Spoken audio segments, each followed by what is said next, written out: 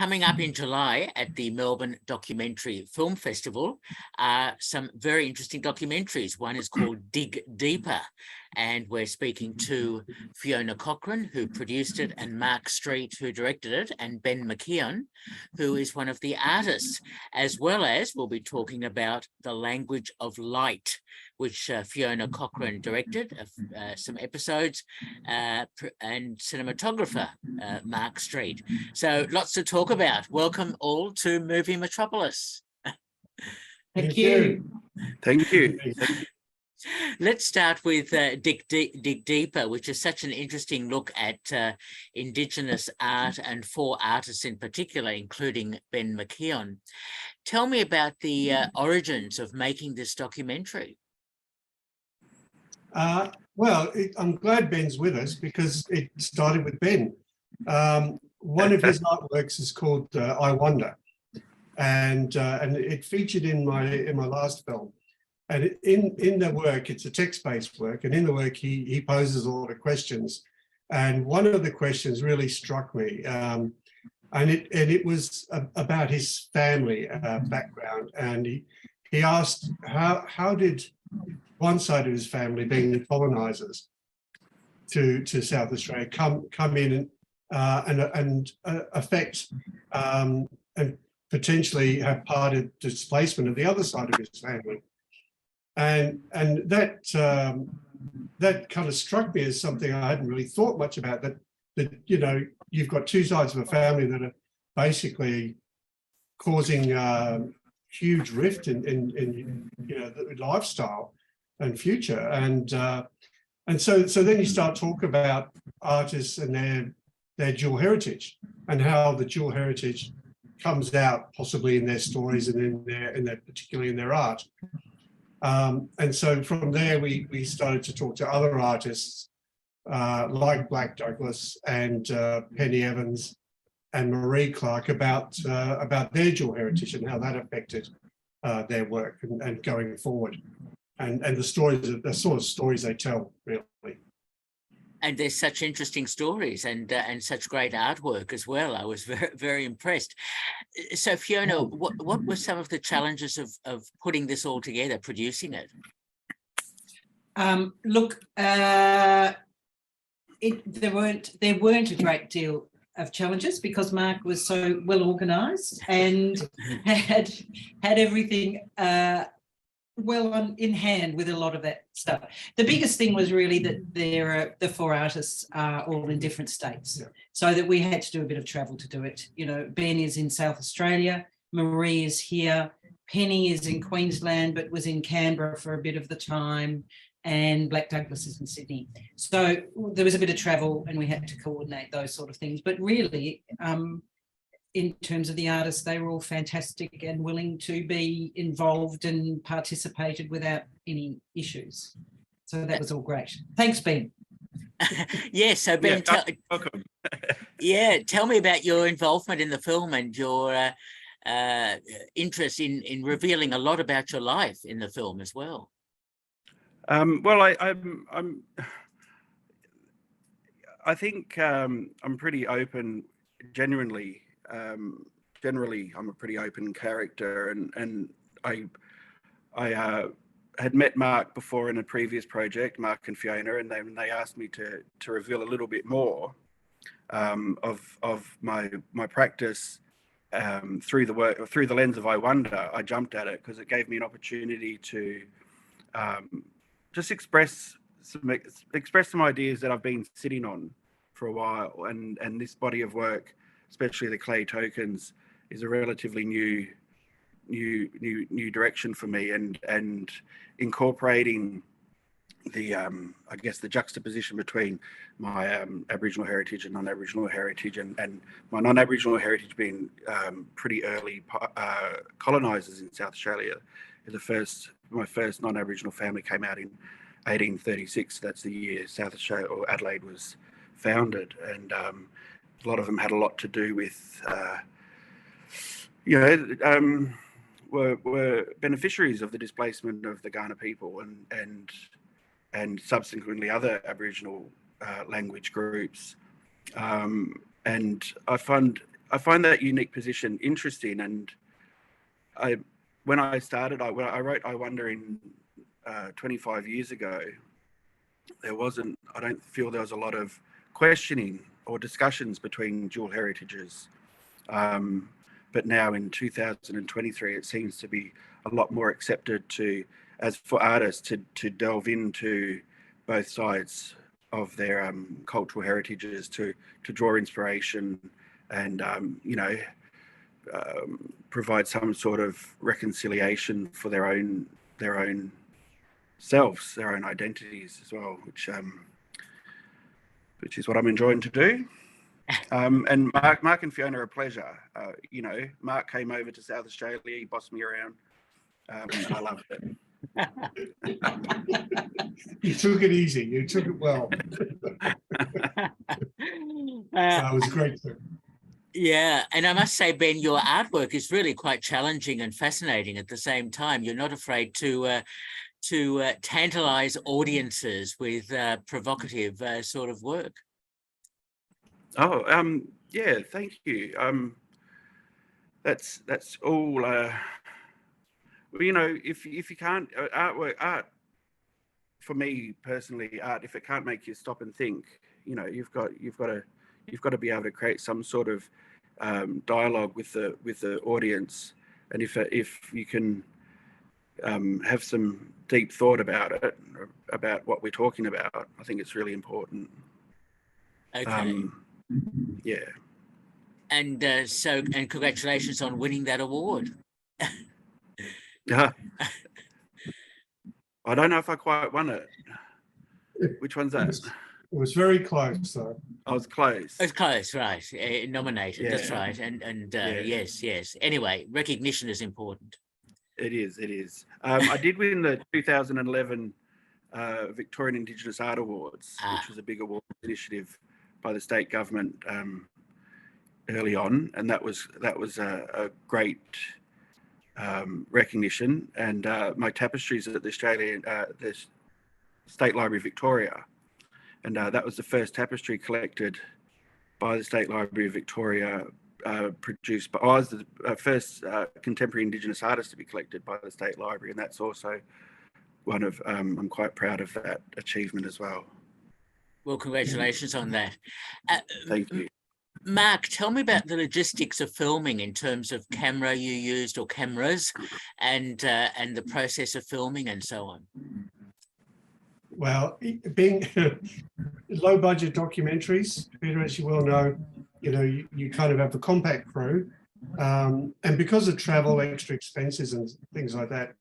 So I kind of took on the camera work as well, as doing the interviews, which is always slightly difficult because you're kind of focusing so much on what people are saying and keeping an eye line and things like that. And your cameras are right to your side with you. It's a tricky thing, but gosh, so fulfilling to meet these people and spend time with them and work in their studios and see them in their own environments. And and as Fiona said, the travel was a tricky thing because we started towards the end of COVID and we couldn't actually go anywhere for a while. So there was a lot of kind of waiting to get to places, and then when you do, you have to do it within the windows of travel, which is what we did with Sydney a couple of times, to sort of sneak in and do things. But as things roll along, because we started this 2 years ago almost, something like that, we had no idea where Ben was going, in 2 years' time, or Black Douglas with the Archibald and things like this. We didn't know, of course. And when these things happen, these are wonderful, wonderful surprises and additions to the film. And so with Marie to get her down the tunnels of metro tunnels, it took a while, but we got down there. It was and it's amazing, and it's still evolving. So it's just wonderful to have their trust, I guess, to be able to do it. Yes.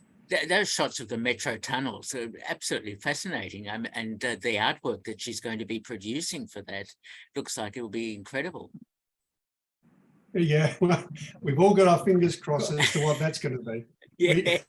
They can only tell us so much as well, so we won't have too much detail on it. I think they open in 2025, so Yeah. we have to wait a bit. Of course, Mhm. no, I understand. Were there any issues in terms of negotiating what was filmed with the four artists, what they were able to talk about on camera, etc., anything like that? Only Marie, in terms of the tunnel. They were very protective of the material, so we don't see things that are incorrect or wrong, or we don't say things that are incorrect or wrong. And fair enough to them for that. Everybody else was incredibly open about everything that they wanted to say, including very personal things. And in fact, a couple of times with Black Douglas in Sydney, I checked with him. I said, "Are you happy that we use what you've just said?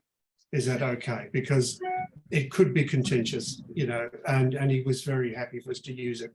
And in the end, we didn't cut it in anyway. It doesn't matter, but you have to check with everybody and make sure they're happy. And you show them the film at the end, of course, and see if there's anything that they're not 100% with. So, and I think we passed, didn't we, Ben? Jury's still out. Well, there you go. Wow, everyone's a critic. Okay. Yeah, it's tough. I'm just joking. I like it. I like it. So, in making this a very tight 55-minute, approximately documentary, what was the editing process? Because that must have been quite tough in some respects. Oh, absolutely. I'm still pushing and hoping for a 4x30 hour. If everybody gets their own film, everybody's a bit happier, Otherwise, I think we're in good company. Yeah. Somebody's got to get cut out somewhere, but it all worked out about even, I think, in the end, and which is fine, and it keeps it moving along. And of course, there's whole areas that we couldn't put in just for timing. Once you start opening another avenue of investigation, that's going to be X amount of minutes, so we can't really do that. So I think it works kind of okay as a 52 3-minute film at the moment. But it would be lovely to have their own. Yeah. But Dig Deeper works so well in exploring Indigenous art and that duality of culture, and that whole issue of where we belong, where you belong, where we all belong, I suppose. Ooh. Well, Ben can answer that one a bit more. Oh yeah, no, that's right. It's a great opportunity for a broader discussion on just where we sit as a country as well. Individually, but we're part of something bigger. We're part of communities and structures of communities, and I think it's important to talk about the past to make sense of the present and future. So we don't we don't want to dwell on. I don't want to necessarily live in the past and dwell on the past, but if we acknowledge it and make sense of it, then we can make work about it and become a better society for it. I think that's a very fair comment. Okay, now let's talk about the Language of Light. Language of Light, the two films that I've seen, the half-hour documentaries on two quite incredible photographers. Fiona, tell me how this came about.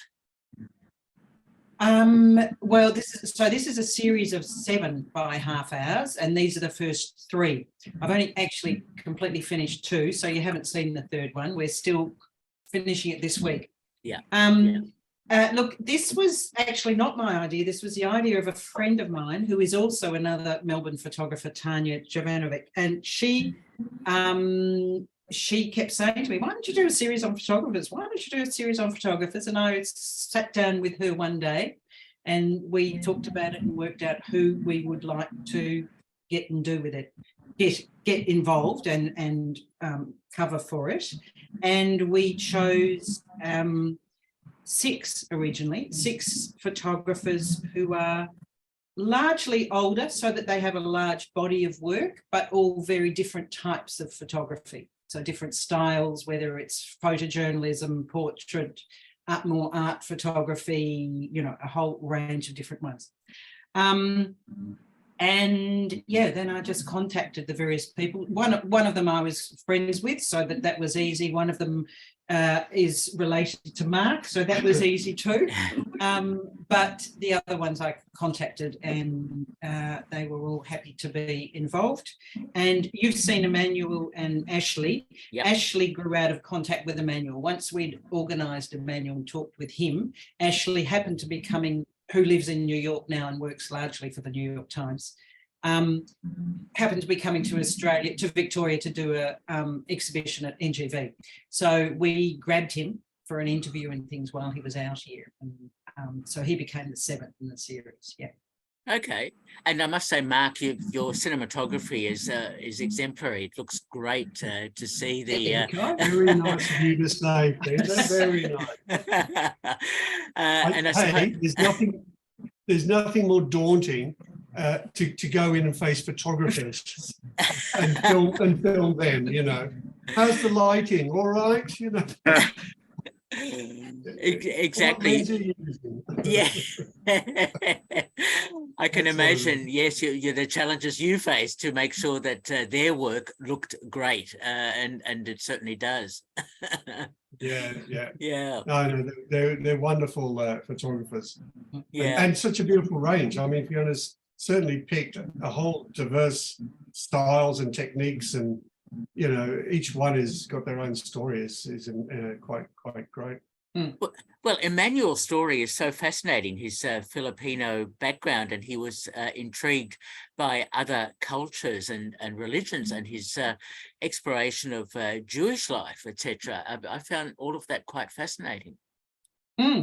Yeah, I mean, he describes it as another tribe, and he grew up with his tribe, and he discovered the Jewish tribe in East St Kilda when he migrated here. Yeah. And Ashley's work, which is quite challenging in many respects, is also quite fascinating. Yeah. So being a photojournalist who's done an enormous range of stuff, but we focus a lot on the war, photojournalism during the Iraq War, etc., because he did a book about that and a book about fallen soldiers, etc.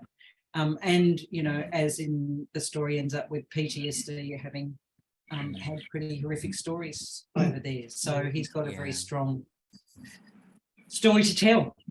Yeah, it's a tough interview, that one, in a way, Yeah, because he's so incredibly emotional, and his emotions are not under the surface very far. And during an hour or so interview, talking about some of this stuff, I think he broke down, you know, A few times. 2 or 3 times easily, and yeah, it's still fairly raw. You know, amazing stuff. I can imagine. Yes, it would be. And of course, in a documentary like this, with Language of Light, with Emmanuel and Ashley, choosing the photos and the right sequencing of those, etc., that must have been quite a task in itself. Yes. Yeah. So I was lucky enough. Ashley gave me access to a large number online that I could pick from. But look, we essentially worked out the story according to the interviews, and then we went, okay, this is what we're doing, and these are the areas, or these are the particular series that they've, because largely we covered different series that they'd done and looked at those. So once we had the interviews worked out in terms of what we wanted to cover, I then went and looked for the stills that went with it, knowing roughly what they had beforehand with it.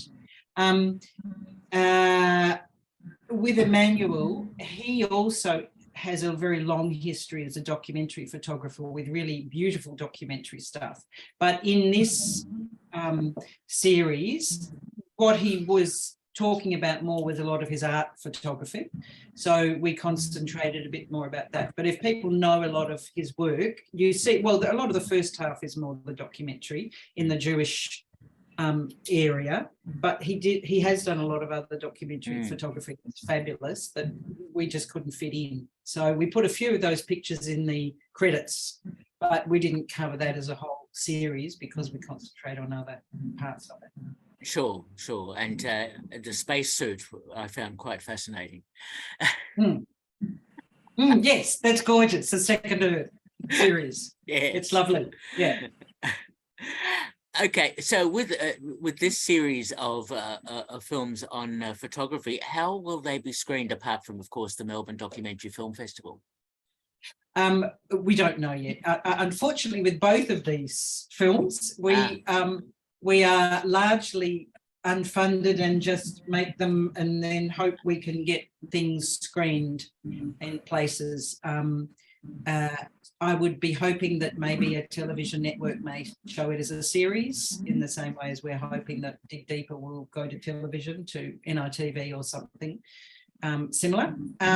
So yeah, we don't know exactly. So they're made on low budgets and we hope we can get them screened. Of course. Well, I can imagine Dig Deeper would have some currency with overseas film festivals. Hopefully so. We'll have to see. We've got a couple of bites at the moment. Yeah. In Japan and Berlin. Yep. So look for that sort of thing. Would be lovely. Yeah. Okay. Well, but it's great that everyone is able to see these films as part of the Melbourne Documentary Film Festival. Ben, I want to ask you first of all, what are you working on at the moment? At the moment, that's a good question. I'm in Melbourne at the moment. I'm at the VCA, the Victorian College of the Arts, and I'm putting on my PhD examination show. So I'm installing that this weekend, and that's what I'm working on, is just get the PhD over with, and whatever Mark and Fiona tell me to do regarding the film. Ben, show up in Melbourne, I'll be in Melbourne. Well, so Ben will be at the screening for the Q&A on the night. Yeah. Terrific. And I'll come. Yeah. Oh, excellent. And Ben, wish you well with your PhD. I'm sure it will go well. Thank you, Peter. And Fiona and Mark, tell me more about your next project. Fiona can do that. Well, I've got a couple that are being edited also at the moment, in addition to finishing off the Language of Light. And they're all projects that Mark's been involved with in shooting. The Conways. So there is a film about the Conway brothers, who were Captain Matchbox whoopee band, who you probably remember from when you were young, Peter. Yes, hundreds of years ago, yes. Exactly. So it's a feature-length documentary about the Conway brothers, Mick and Jim Conway. And we've also filmed, but we haven't started editing, but we will do later when we've finished Language of Light, a documentary about Rod Bontoc and the early comedy area in the 1970s. So we're doing sort of Melbourne 1970s culture, really. Well, there's a lot to film and talk about in Melbourne 70s culture. So congratulations on that. Looking forward to seeing all of those films. Look, congratulations everyone on making all these films. And Fiona, of course, you're so prolific, which is fantastic that you're able to make so many films and have them out there. Yes. I guess so. He's a machine, I'm telling you. Okay, we've been talking to Fiona Cochrane, Mark Street and Ben McKeown all about Dig Deeper, as well as Language of Light screening as part of the Melbourne Documentary Film Festival. And thank you so much for talking with me. Thank you, Peter. Thank you for having us. Yeah, always great.